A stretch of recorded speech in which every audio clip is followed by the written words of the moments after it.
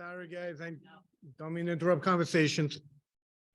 But welcome everyone to the Pawtucket School Committee Workshop Session for April 27, 2023 at 6 p.m. I'd like to call this meeting to order. Clerk, please call the roll.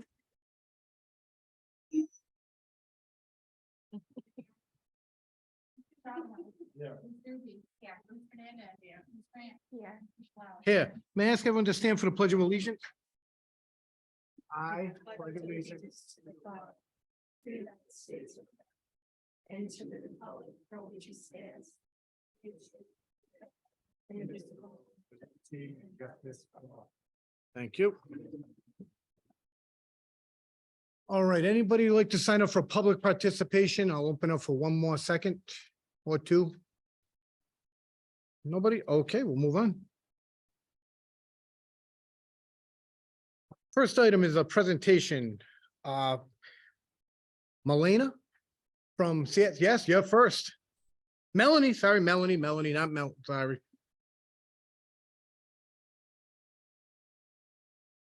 Good evening, Superintendent Rabbit, Chairman Shalell, and school committee members. So a few new faces from the last time I was here. My name is Melanie Anteglia. I'm the Special Education Teacher Representative for the Special Education Advisory Committee. Thank you again for having me to discuss our most recent SEAC meetings. The first meeting that we've had since I've been here last was Wednesday, March 22nd. This SEAC meeting was focusing on accommodations and modifications for assessments, specifically RICAS. This meeting consisted of 4 families. The meeting was a perfect example of our mission as the advisory committee, or of what an advisory committee should represent. We began with introductions, informed the group of the grade levels that their students were in and the schools they attended. Families were first asked if they had any questions or concerns or comments they wanted to discuss. Families began with amazing questions, information, and supporting conversation.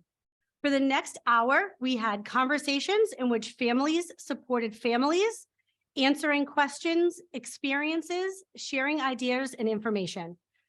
We actually never discussed accommodations and modifications at this meeting.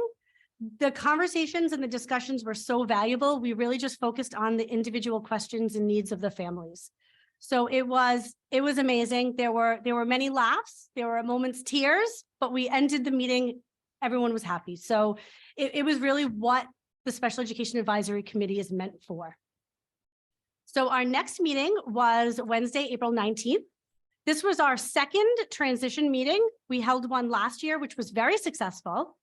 This meeting, we focused on the transition from preschool to elementary school, elementary to middle, middle to high school, and high school and beyond. Team leaders were asked to have case managers send flyers.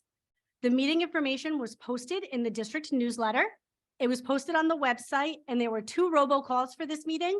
One the week before, and a second was a reminder the week of the meeting. We had support from Dr. Andrade, Mrs. Gravel, Mrs. Silva, Mrs. Carr, Mr. Janis, and Dr. Gifford. They were all available at this meeting to discuss the transition process and answer specific questions families had. We began with introductions. We also began with discussing what our Special Education Advisory Committee is and what we're meant for. And then the room was divided into areas so families could attend information and ask questions to the specific person who was the most knowledgeable in that area. So we had about 30 families that attended this meeting. We had childcare available to help. So parents did bring their children, but they were able to focus on the information. And we had childcare available. We had translators, and refreshments were served that night. So this meeting was informative to all parents. They were all engaged, and many mentioned while leaving this meeting that they felt much more comfortable with what the next year had to come. So I just wanted to thank you all again for having me and supporting our goal of the Special Education Advisory Committee. So I didn't know if there were any questions. Ms. Bonolo first. Have you looked into, well, thank you for your report, and it's nice that you're making that connection on a regular basis. Yes.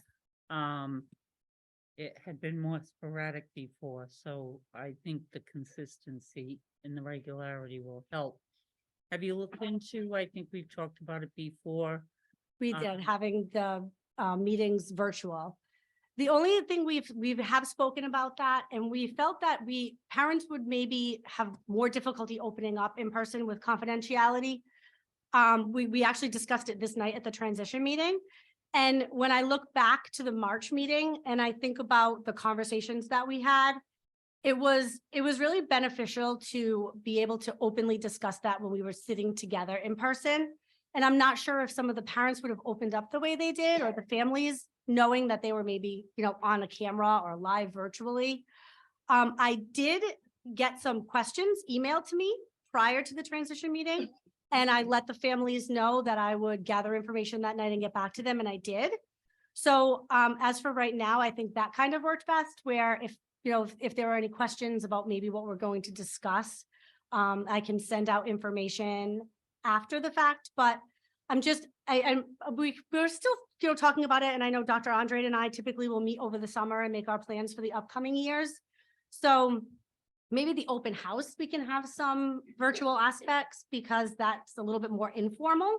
Mhm. But I think for every meeting, sometimes it's just parents, I think, might be more comfortable knowing that they're sitting in the group with the parents. So do you send your agenda out to everybody has a child in special education? Yes. So everything gets posted. We always post it on the website. And this year we have always had it posted in the district's newsletter.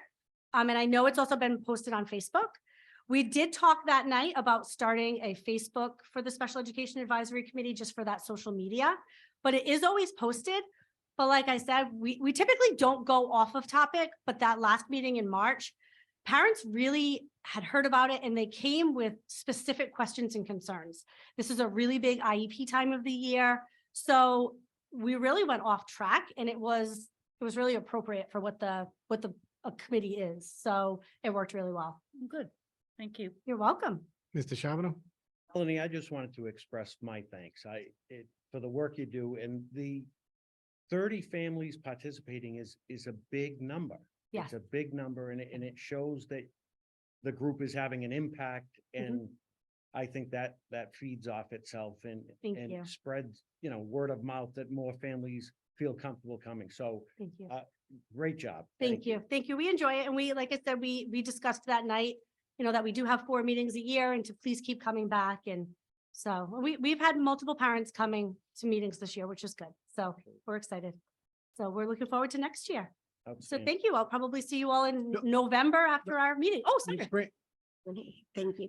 Melanie, have you guys felt that you're getting to the point where you guys can be an advisory committee that runs like a real subcommittee, meaning having voting members elect and let the parents actually, I know we always, should have a teacher from the district, but it is it should be a parent-run Correct. group, Yes. and that's the goal of these groups. Do you feel that you guys are starting to kind of head towards that goal, where the parents can eventually come up with the agenda and things Yes. like that? Actually, this last meeting we had 2 parents come. One parent I've spoken to a few times, and another parent who's been to every meeting this year. She's lovely. Her son is in kindergarten. That's So, great. so hopefully she's, going to continue throughout the district. And I also invited them to join Dr. Andre and I this summer. I let them know that we would reach out to them and kind of just letting them lead our plan for next year. So hopefully they do. And I know that will make it more of what the actual Special Education Advisory Committee is supposed to look like. And just one more question. Does Sure. Ripon still hold a, I don't want to call it like a seminar, but I know when we first were in the district, our family, I had attended. Eileen Pradell was the special ed director, and she had sent myself and another parent, and it was like a 5-day thing. Yeah, I and, know exactly what you're They talking had about. kind of, Yeah. what they did was they kind of prepped the parents Mhm. on how this committee should actually run. And so I didn't know if they still did I that. know where it was a one-day could training send- and Ernie, who was one of our parents, who was on the committee for a while, he did attend the meeting. I want to say him and another parent attended the meeting. I have not gotten any notifications of that. I remember last year at the end, because then they also do at the ends of school years, they do a dinner. Yep. And yes, they did. I did get the information about that. But I can definitely look into if they still do that training Yeah, because because it might be worth sending, it might help engage Mhm. the parent a little bit more to know that there is a lot of support out there. yes, And even getting familiar with other districts. he you was know, able kinda to make bring those back a lot of connections. information after he attended. So I'll definitely look into if they still have that. That would be For great. sure. Thank you. I All right. appreciate it. Thanks, Melanie. Of course. Any other questions before I was too quick that time. All right, well, thank you, and very I'll much. see you all probably in November. Thank you. Great, thank you, Melanie. All right, can I have a motion to approve the previous minutes of March 30th to approved by, motion made by Ms. Connie, seconded by Ms. Bonolo. Do any discussion? All those in favor? All those opposed? All right, motion. Next motion, can I please have a motion for recess to executive session pursuant to Rhode Island General Law 4246-5A1, intern superintendent interview, B, job performance review of contract for intern superintendent. Do I have a motion? Motion by Ms. Doobie, seconded by Ms. Bonolo. Clerk, please call the roll. Yes. Yes. Yes. Yes, we're in recess to executive session.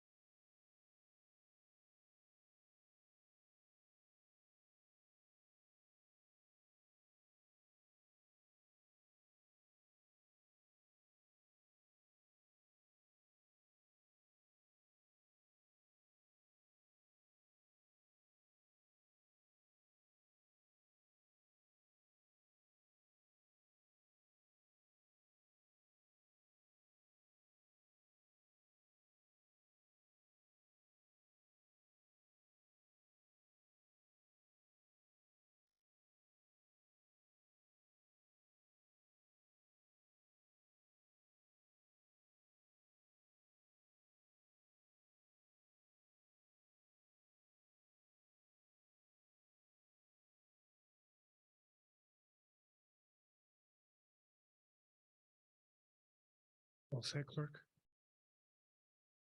Like to reconvene to open session. Clerk, please call the roll. Here. Here. Here. Here. All right, everybody's here. Clerk, could you please call out, report out any votes taken in executive session?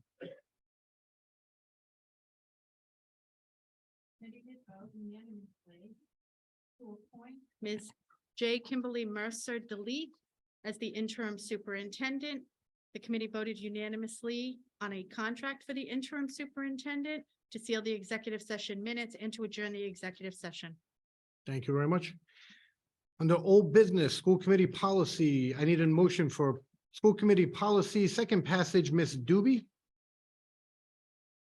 I make a So, motion? I need a motion for the first one for passage of GCCE, per diem substitute teacher reasonable assurance policy. Motion by Ms. Connie, seconded by Ms. Bonolo. Ms. Doobie, do you have anything to say, add to this? No, this one was pretty straightforward. No amendments were made during the first passage. Basically, this just removes language, from the Affordable Care Act that is no longer, applicable because of the way that, the system works. All right, any other discussion? All those in favor? All right, all those opposed? Second, I need a motion for school committee policy, second passage for GCV, selection of coaches. Motion by Ms. Bonolo, seconded by Ms. Connie. Ms. Doobie, do you have anything to add for coaches? This one, once again, there were no changes made during the first passage. This one basically is making language about when resignation happens, that it would be filled at that point, and also the situations when an athletic director or assistant athletic director may serve as a coach. Discussion. Ms. No. Schulter? So if it goes to the athletic director and the assistant athletic director to be the coach as well as their own position, do they get the coaching stipend too? That would not be covered in this policy. That would be covered in Contract. their hiring or whatever contract they signed. Okay. Ms. Being on the policy committee, that would also be in a situation that there is no other coach at that moment and would only be until we found another coach, and that would just be a fill-in position. Actually, I was gonna say the same thing as Jen. I'm not on the policy committee, but that's how I took that, the athletic director and the assistant athletic director wouldn't be taking over. It would just be a temporary until someone else was hired.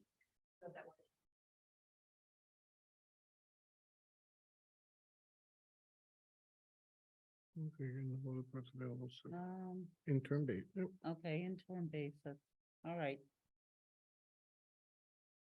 Okay. Any other discussion? Clerk, no, all those in favor? All those opposed?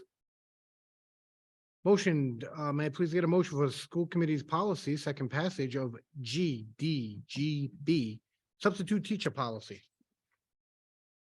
Motion, by Ms. Grant and seconded by Ms. Benolo, discussion. Oh, I mean, Ms. Doobie, do you have anything to add about substitute? So while the other two policies were almost articulating what we had done, as in putting into policy practice, this one is proposing a change. This would be something that we would really want to make sure that our district pushes out to our substitute pool to make sure they understand this change.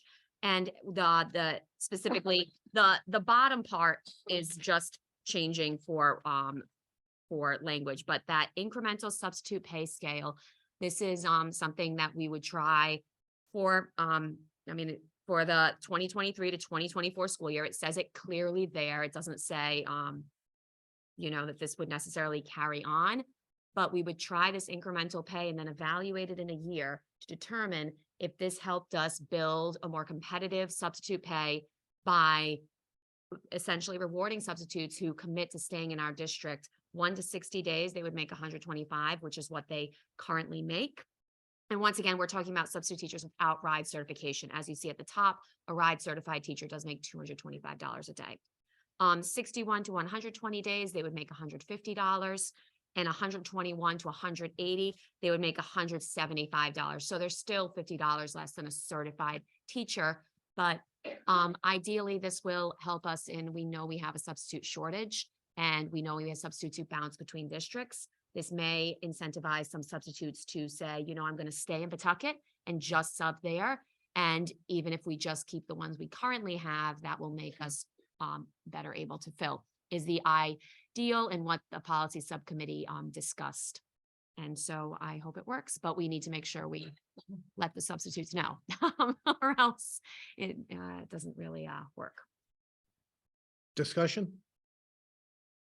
Because there's a financial aspect to it, clerk, call the roll, please. Ms. Carney? Mr. Charbonneau? Ms. Doobie? Ms. Fernandez? Ms. Grant? Mr. Schlell? Yes. All right. Next item under old business. Can I get a motion to appoint the interim superintendent, Ms. Mercer? So moved by Deputy Chair Grant and seconded by Ms. Benolo.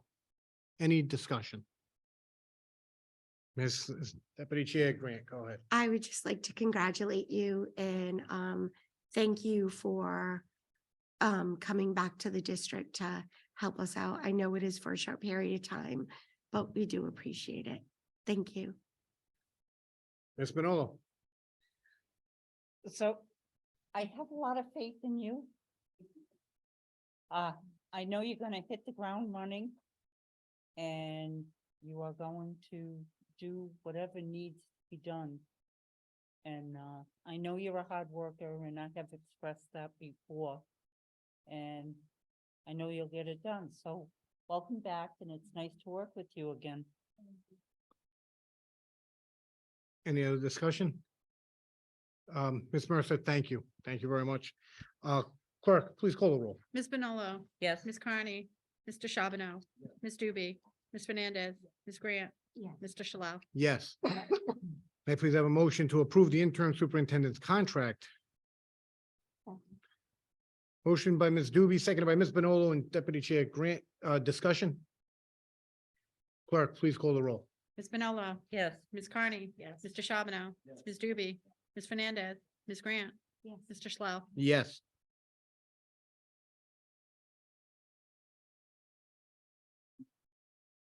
All right, can I please have a motion to have nope, we don't need that. Curtis Playground update. Ms. Grant, Ms. Fernandez, you guys put it on there, and I'm assuming you want Chris to come speak to us. How's everybody doing this week? Since I saw you last week, what we've done is installed all the handholds.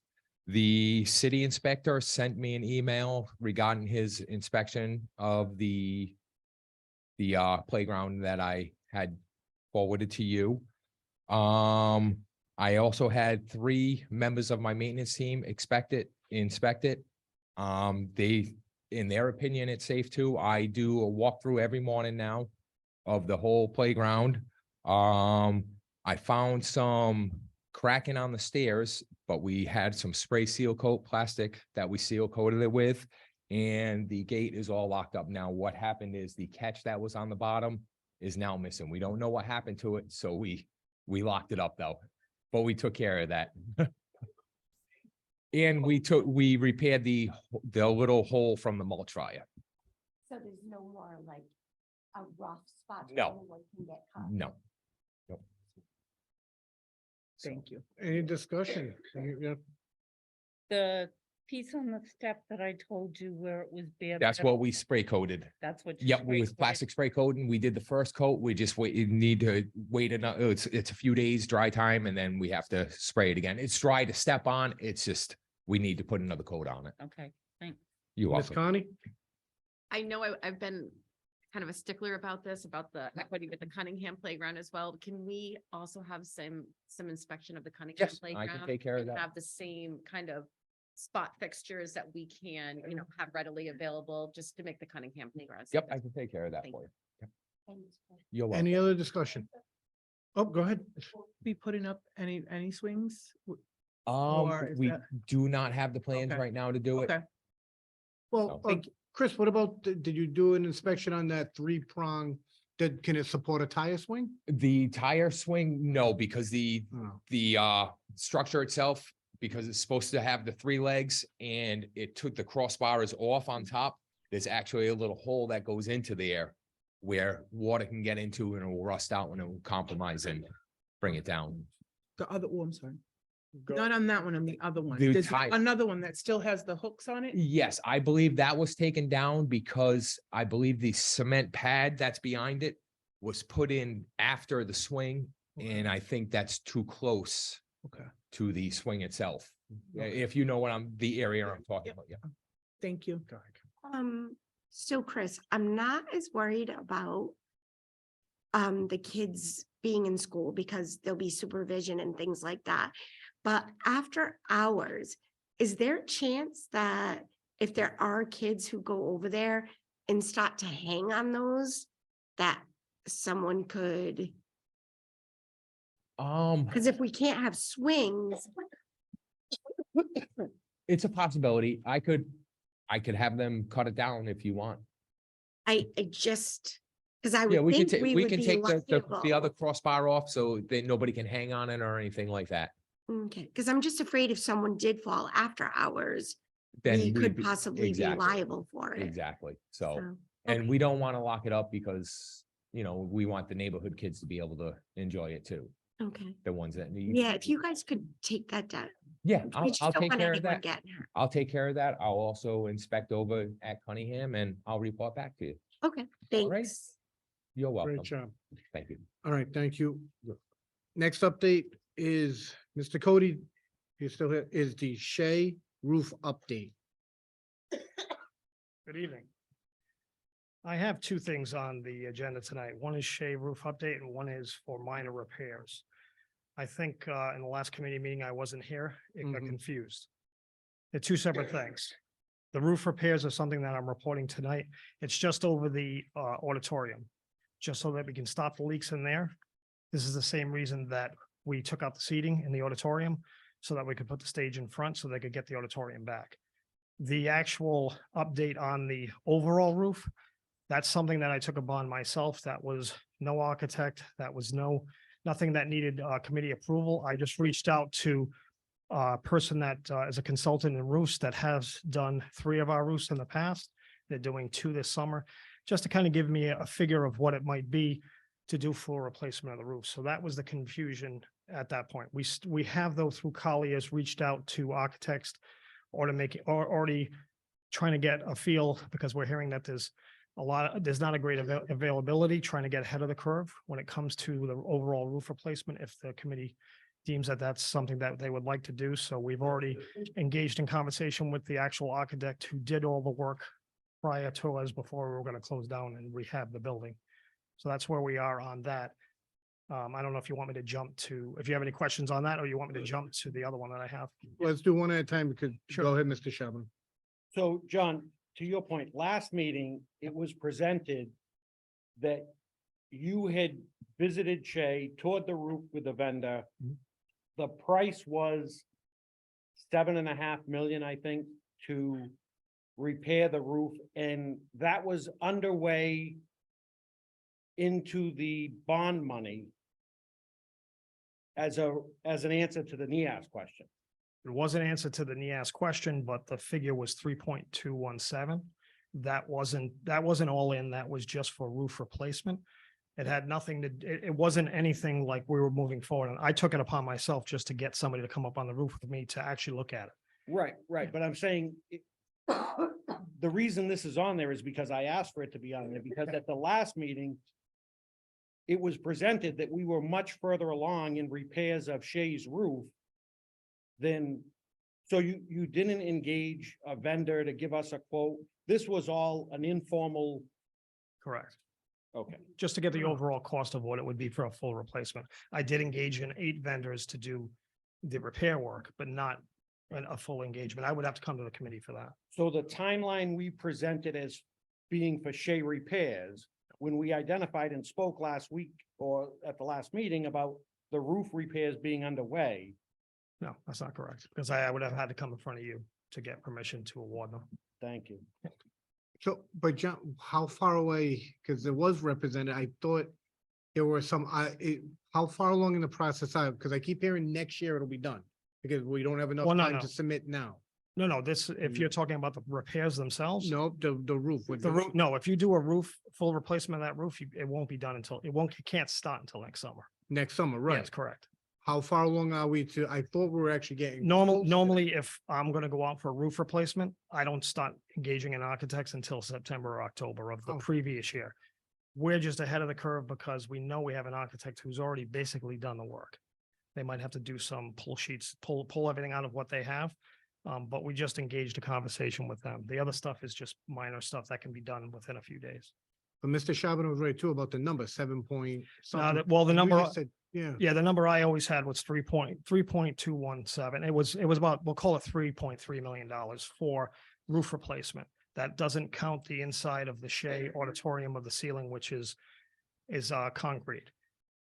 The number from 2019 for replacement for that roof was 900,000. So Oh. just between 2019 and now, it's going up to 3 million, over 3 million. all right, go ahead. So, just so I'm clear, so our response, that timeline to the NIAS concerns, we're essentially, we haven't progressed anywhere. We always knew we had all the plans available to us because those were done as part of the renovation that was Correct. supposed to happen a couple of years ago. But is actually doing any repairs meaningful at Shea and drawing on that 10 million bond We haven't done anything. No, because we didn't have the approval on the money. So I just decided to go out and just get a cost estimate if it would help. Okay. All right, any other discussion? Does this committee have any objection if I take letter F, since Mr. Cody's up there? Any objection? Okay, All right, so this is connection to the roof repairs over the auditorium. The facilities department sought out proposals to make minor roof repairs over the school auditorium. These repairs will mitigate further water damage and intrusion to give the school back that space. Vendors were solicited using a Rhode Island MPA number 64. I had 8 vendors come up on the roof with me. We gave them a spec sheet on what we would expect from them. And I received 2 proposals out of the 8 companies, one from Greenwood Roof Surfaces for $14,000 and one from Fury Roofing for $31,000. It is my recommendation that we take the proposal from Greenwood Roof Services. I also have the specs here. I didn't want to put it in the actual staff report, and if you would want me to read that off, I can tell you what they would be doing on the roof. you have a motion to, motion, Greenwood, motion from Ms. Manolo, seconded by Deputy Chair Grant. Discussion, Ms. Grant? There's a big difference in Correct. pricing. Well, I think the difference is, one, the higher price of the two is a company that I've walked through on a few occasions. They end up only being they were only the only bidder in past ones that we've done, even though I've had several vendors. The other company more or less kind of said to me, they think they can get this done in a day. Sometimes companies progress it over a couple of days because it's easier for the company. But I believe the company Greenwood Root Service, I went over the specs with them. They said they would get it done. They even asked me if they could possibly do it on a Saturday, so it wouldn't affect the schools. So I'm confident in the $14,000 price.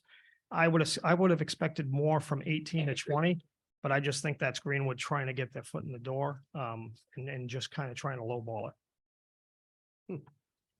So the quotes are comparable with what they're The bottom providing. quote, the bigger quote, I don't agree with. The 14,000 is probably about 4,000 to 5,000 less than I thought it was going to come in at. But they're agreeing to do everything that I requested. Yeah. Okay, Yeah. I just wanted to make sure the work was comparable. Oh, no, it is. on Yeah. both. Okay. Any other discussion? Clerk, please call the roll. Ms. Manolo, Ms. Carney, Yes. Mr. Shabano, Yes. Ms. Doobie, Yes. Ms. Fernandez, Ms. Grant, Yes, Mr. Schlaf. Yes, thank you.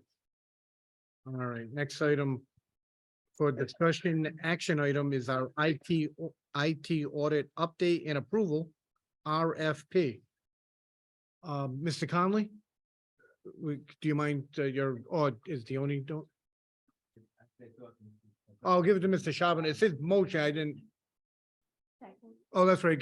Well, I didn't know if we had a discussion on it, but in the so. Do I have a motion? Ms. Benolo, seconded by Deputy Chair Grant. Discussion. Mr. Chairman, thank you, and I appreciate it. The committee had voted to approve formulating an RFP, asking Attorney Conley to work with Mr. Cristino and Mr. Vine. And I would draw your attention to page 8 of the RFP as one of my reasonings for bringing this forward.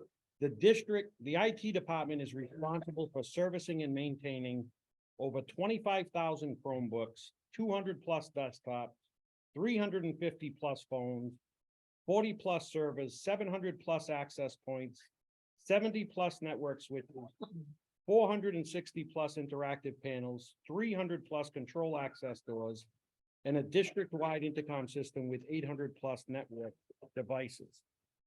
That, coupled with the fact that we're in the process of building Baldwin Elementary School from the ground up. There's conversations on a unified high school. We've just finished Winters, and there are multi-million-dollar IT packages coming our way, and I think it would behoove this committee and our IT department to make sure that, one, we're properly staffed. We have a ton of assets within the IT department. And that the services and the softwares that we've paid for to this point have been implemented from our vendors as agreed to throughout the contracts of building each elementary school and then as we get into the unified high school. So I appreciate the support of my colleagues and I look forward to the results of this audit. Any other discussion? With no discussion, no more discussion, clerk, please call the roll. Ms. Fenola? Yes. Ms. Carney? Mr. Sharpman? Yes. Ms. Dooby? Mr. Fernandez? Yes. Ms. Clement? Mr. Blau? Yes, great job on that.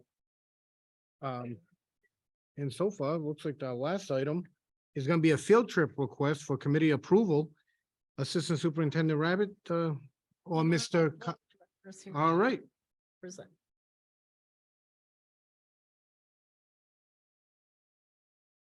Hi, good evening. Thank you for having me.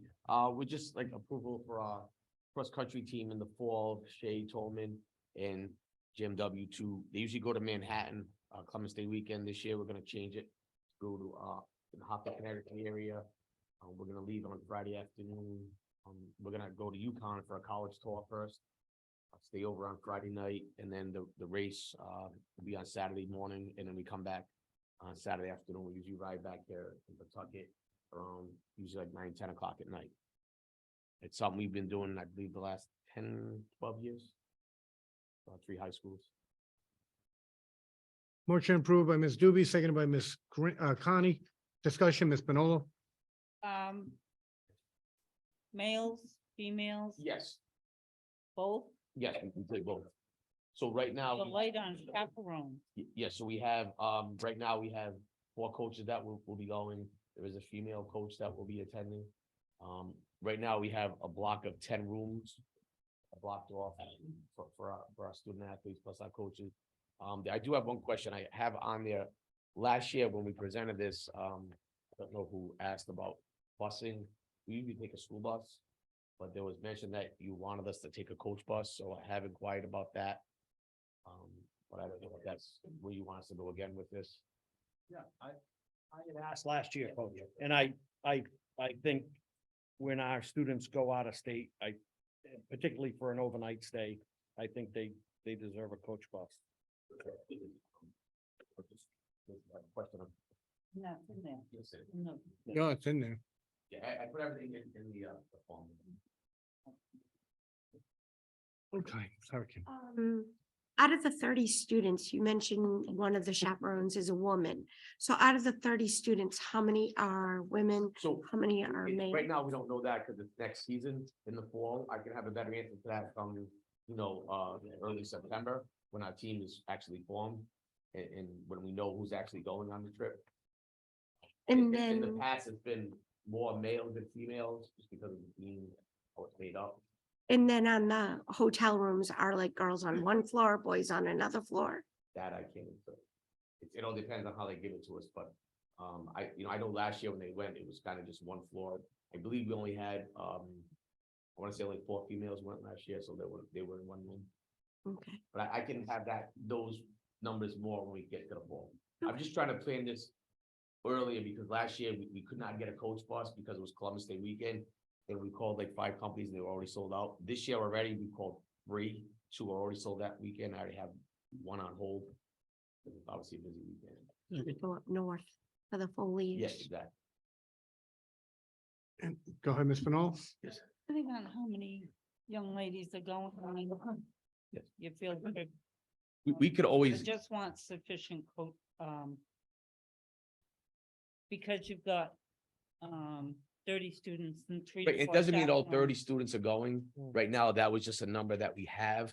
Like we have 10 rooms blocked off, doesn't mean we're gonna use all 10. We had to do that. We're giving a number right now. They could be less. But if we would have more females go, then I would have to ask, even though we would have to ask another chaperone to go. Okay, Yeah, so but will I don't know you if that was come the question back you were to the getting at. committee Yes, and absolutely. let us know who Right. will be going? So if we have more females, it would have to be another female chaperone. Okay, Yeah. thank you. Any other discussion? So you're asking basically, you want to sign on the dotted line for the coach bus then, out of the local funds? How much does the coach bus go for? So right now, the bus that I have, like kind of on hold is 1,800. For the Friday night into Saturday coming back with all that, yes. I'm gonna shop around for a cheaper price, but that's the only one. I agree, they deserve it, but, 1,800. Yeah. All right, But again, we've have, you know, for a lot, we have taken a regular school bus the last 10 years. And we don't have any complaints from it, so. Listen, I agree, we should take a coach bus, but Yeah. I do know money is an issue, so, you know, Facilities that are available on the bus as well, right? Right. but we won't get any complaints from us. We'd rather go on the trip than worry about a coach bus, to be honest with you, so. all right, but with the coach bus in it, that's fine. Clerk, please call the roll. Ms. Manolo, Ms. Carney, Mr. Shabano, Ms. Drewby, Ms. Fernandez, Ms. Grant, Mr. Schlell. Yes, thank you. I thank you for your time. May I have a motion for adjournment? Motion to adjourn by the whole committee, second by the whole committee, but no, Mr. Shabano, by this, all those in favor? All those opposed? Thank you, everyone.